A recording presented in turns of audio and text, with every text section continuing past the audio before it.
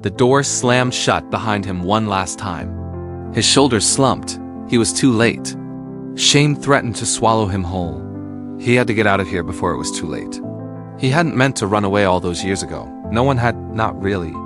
But when his father looked at him, it was like he was looking through him, dissecting him, weighing him. On what scale? He didn't know. And then there was that look from his mother, the pitying, disappointed look that made him feel like he was less than nothing.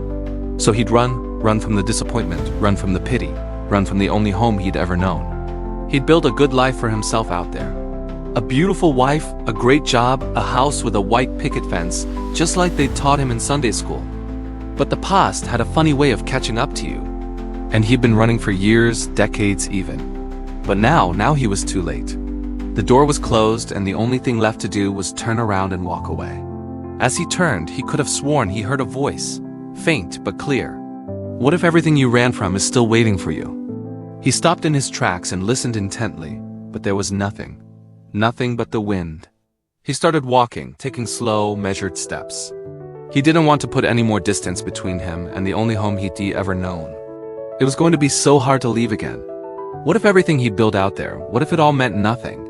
Would he be nothing without it? Was he nothing without it? The road stretched endlessly before him, a black ribbon on the asphalt plain of the setting sun. All the familiar landmarks were gone, replaced by new buildings and the memory of who he used to be. He quickened his pace, the past receding rapidly behind him. There was no turning back now. He had to keep moving forward. Then he saw it. A familiar face, a friendly smile, a welcoming embrace. "You came home," she whispered, her eyes shining with unshed tears. "I knew you would," and in that moment he knew he was right where he was supposed to be. He stood there awkwardly, unsure of what to say, unsure of how to explain the past few decades of his life. But she didn't seem to care. She pulled him into a tight hug, the years melting away as he buried his face in her shoulder. Her scent, so familiar, so comforting. He breathed deeply, trying to commit it to memory. Lavender and old books and home. "I'm sorry," he whispered, the words catching in his throat. "I'm sorry for everything." She pulled away slightly, her eyes searching his. "Why are you sorry?" "I ran away," he said, ashamed. "I ran from you, from Dad, from everything. I thought I could outrun my past, but I was wrong." She cupped his face in her hands, her thumbs gently wiping away the tears that had escaped his control. "You don't understand," she said softly. "None of us have been waiting for you. We've been looking for you, praying for you. You're home now, and that's all that matters." He wanted to tell her about the years he'd spent searching for her, the decades of wondering if she'd moved on without him. But the words wouldn't come. He couldn't bring himself to burden her with the weight of his guilt. Instead, he nodded, burying his face on her shoulder once more. Suddenly, he heard a familiar voice.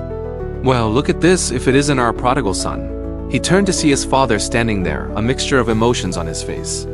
Disappointment perhaps, but also relief and an overwhelming sense of joy. His mother stood beside him, her eyes filled with tears. He wanted to run, to disappear into the night, but something kept him rooted to the spot. Maybe it was the look on his father's face, or maybe it was the hope that had rekindled within him.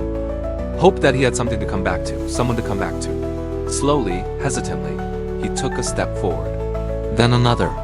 And when he was close enough, he did something he never thought he'd do. He hugged his father, burying his face in his shoulder. The scent of leather and pipe tobacco and home enveloped him like a warm blanket. When he pulled away, his father's eyes were shining with tears. "You're home," he said, his voice cracking with emotion. "And you know what that means?" He shook his head, unsure. His father pulled him into a tight hug. "It means," he said, his voice filled with joy, "you're never too late to come home." Follow for more biblical stories reimagined cinematically.